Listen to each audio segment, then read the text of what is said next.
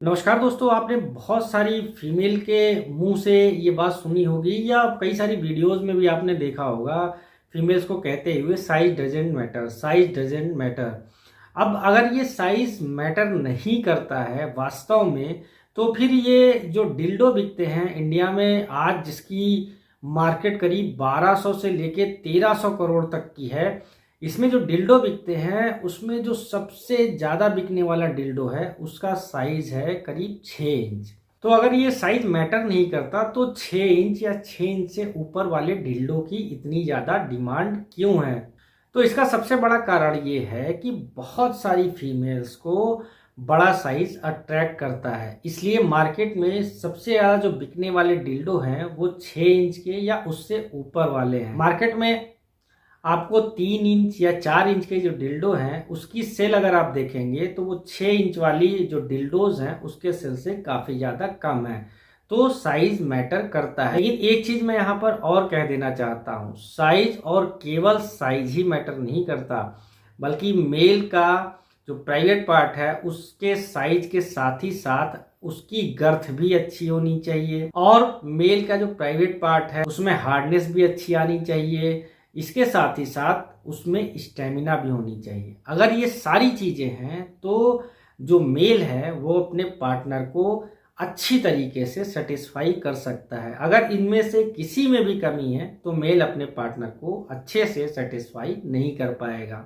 तो बिल्कुल मैं यही कह सकता हूँ कि साइज मैटर करता है, और अगर आपका साइज अच्छा है, ठीक है, तो बाकी चीज़ें मैटर नहीं करती। लेकिन अगर आपका साइज कम है, वो नॉर्मल नहीं है, तो फिर आपको टिप्स, ट्रिक्स, लिप्स, इन सारी चीज़ों का उपयोग करना पड़ता है। अब सवाल यहाँ पर ये आता है कि भाई हमको कैसे पता चले कि हमारा जो प्राइवेट पार्ट का साइज है उसकी साइज नॉर्मल है या नहीं है, नॉर्मल से कम तो नहीं है। तो इस चीज़ को कैसे पता लगाएं, साइज को मेजरमेंट करने का तरीका क्या है? तो फ्रेंड, आज की इस वीडियो में मैं इसी चीज़ को लेकर डिटेल में बात करूंगा। और फ्रेंड, मेरा नाम नवनीत है, स्वागत है आपका मेरे YouTube channel medicine and biology में।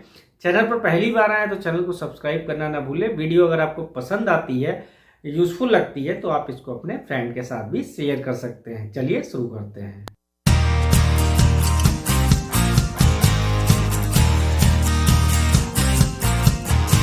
तो सबसे पहले साइज नापने के लिए आपको दो चीज़ों की ज़रूरत होगी। एक तो आपको मेजरमेंट स्केल की ज़रूरत पड़ सकती है, दूसरा जो है आपको मेजरमेंट टेप की ज़रूरत पड़ेगी। मेजरमेंट स्केल से क्या होगा, आप अपनी लंबाई चेक कर सकते हो, और मेजरमेंट टेप से आप अपने जो प्राइवेट पार्ट है उसकी गर्थ यानी कि उसकी गोलाई यानी कि उसकी चौड़ाई कितनी है उसको मेजर कर सकते हो। अब 3 तरीके से आप अपना जो प्राइवेट पार्ट है उसको मेजर कर सकते हैं, उसकी जो लेंथ है, जो गर्थ है, उसको नाप सकते हैं। अब जो पहला नापने का तरीका है उसको बोलते हैं फ्लैसिड लेंथ। फ्लैसिड का मतलब ये है कि जब भी आपका प्राइवेट पार्ट, जब भी आपका पेनिस रिलैक्स स्टेज में है, उस समय आप अपने प्राइवेट पार्ट की लंबाई को नाप सकते हैं। लेकिन समस्या यहाँ पर ये आती है कि बहुत सारे मेल ऐसे होते हैं कि जब उनका पेनिस रिलैक्स स्टेज में होता है तो वो बहुत ज़्यादा स्क्वीज होकर छोटा हो जाता है। तो ऐसे में पॉसिबल नहीं है कि उस समय आप अपने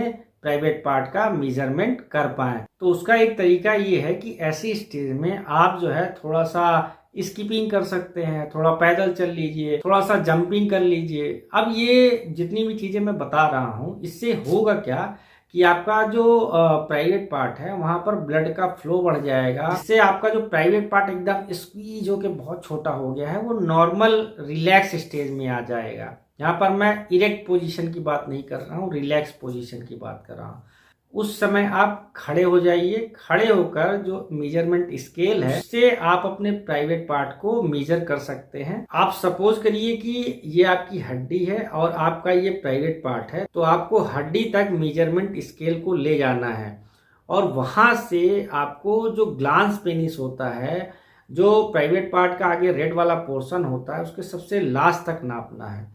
तो इससे आपको आपका फ्लैसिड लेंथ एक्चुअल में पता चल जाएगा। बहुत सारे लोग क्या करते हैं, वो मसल से ही लेंथ ले लेते हैं, मसल से नहीं। पीछे जो आपका प्राइवेट पार्ट जिस भी हड्डी से जुड़ा है वहां से आपको जो ग्लांस पेनिस का लास्ट हिस्सा है वहां तक आपको मेजर करना पड़ेगा। इससे आपको अपना फ्लैसिड लेंथ पता चल जाएगा रिलैक्स स्टेज में। दूसरा लंबाई नापने का तरीका है, उसको बोलते हैं स्ट्रेच्ड पेनाइल लेंथ, यानी कि एसपीएल टेक्निक। इसमें बेसिकली क्या होता है कि आपको मेजरमेंट जो स्केल है उसको लेकर आपको जो आपका ग्लांस पेनिस है, जो रेड कलर वाला पोर्शन है, उसको आगे स्ट्रेच करना होता है। उसको आगे हाथ से पकड़ के स्ट्रेच करना होता है। इतना ही स्ट्रेच करें जिससे कि आपको पेन ना हो। फिर आपको क्या करना है, जहां से आपका प्राइवेट पार्ट हड्डियों से जुड़ा है वहां से लेके और ग्लांस पेनिस तक का आप मेजरमेंट कर लीजिए। जो मेजरमेंट आता है वही आपका स्ट्रेच्ड पेनाइल लेंथ है। अब तीसरा जो मेजरमेंट का तरीका होता है उसको बोलते हैं इरेक्ट लेंथ। इरेक्ट लेंथ का मेजरमेंट आप तभी कर सकते हैं जब आपका जो प्राइवेट पार्ट है उसमें कड़ापन आ जाए, उसमें इरेक्शन आ जाए, अच्छे से इरेक्शन आ जाए। उस समय जब आप अपना प्राइवेट पार्ट का मेजरमेंट करेंगे तो उसको इरेक्ट लेंथ बोलते हैं। अब नापने का तरीका बिल्कुल आसान है। आप अपने जो प्राइवेट पार्ट है उसके आसपास के एरिया को अच्छी तरीके से साफ कर ले। जैसा मैंने पहले ही अब वीडियो में बता दिया कि आपको हड्डी से जहां आपका प्राइवेट पार्ट जुड़ा हो वहां से मेजरमेंट लेना है, ऊपर से नहीं लेना, नहीं तो आपको अपना नॉर्मल साइज क्या है वो पता नहीं चलेगा। अब यहाँ पर ये बात कर लेते हैं कि साइंस क्या कहती है, कितना जो साइज है वो नॉर्मल होता है। लेंथ की भी यहाँ पर मैं बात करूंगा और गर्थ कितनी नॉर्मल होती है उसकी भी बात कर लूंगा। तो वर्ल्ड वाइड अगर देखें तो वहां पर जो नॉर्मल फ्लैसिड लेंथ है, जैसा मैंने फ्लैसिड लेंथ क्या होता है उसको पहले ही आपको बता दिया, तो फ्लैसिड लेंथ जो नॉर्मल होता है उसका साइज जो है वो 3.5 इंच ये नॉर्मल लिया गया है। और वर्ल्ड वाइड जब मेल का जो प्राइवेट पार्ट है इरेक्ट पोजीशन में होता है उस समय जो उसका नॉर्मल लेंथ होता है वो 5.2 इंच होता है। ये मैं वर्ल्ड वाइड जो है लेंथ की बात कर रहा हूँ। और जो इरेक्ट पोजीशन में वर्ल्ड वाइड एक एवरेज लिया गया है, जो प्राइवेट पार्ट का पेनिस की गर्थ यानी चौड़ाई यानी कि गोलाई कितनी होनी चाहिए उसका जो एवरेज है वो है 4.6 इंच।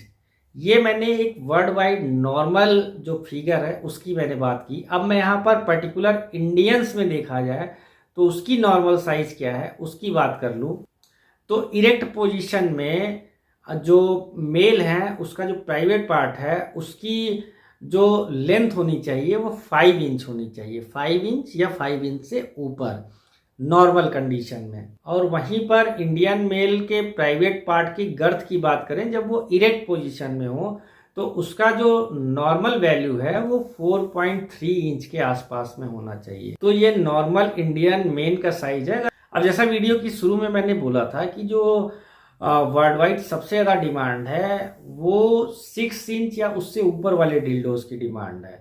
तो बेसिकली एक चीज़ मैं बता दूं, डिमांड कैसे बढ़ती है। जो चीज़ सबसे ज़्यादा मार्केट होती है उसी की डिमांड सबसे ज़्यादा बढ़ती है। तो लोग क्या करते हैं, लोग बहुत सारी पॉर्न वीडियोज़ देखते हैं। बहुत सारी पॉर्न वीडियोज़ में क्या दिखाया जाता है कि जो पेनिस का साइज है 5 इंच से ज़्यादा होता है, 6 इंच होता है, 7 इंच होता है, 8 इंच होता है, बहुत अच्छी इरेक्ट पोजीशन में होता है। लेकिन एक चीज़ यहाँ पर सोचने वाली बात यह है कि जो पॉर्न फिल्म इंडस्ट्री में लोग काम करते हैं उनका सिलेक्शन कैसे होता है। उनका सिलेक्शन तो ऐसे ही होगा ना कि उसमें काम करने वाला जो मेल है उसके प्राइवेट पार्ट की जो साइज है, जो गर्थ है, अगर वो नॉर्मल रहेगी तो उसको उस इंडस्ट्री में लिया ही नहीं जाएगा।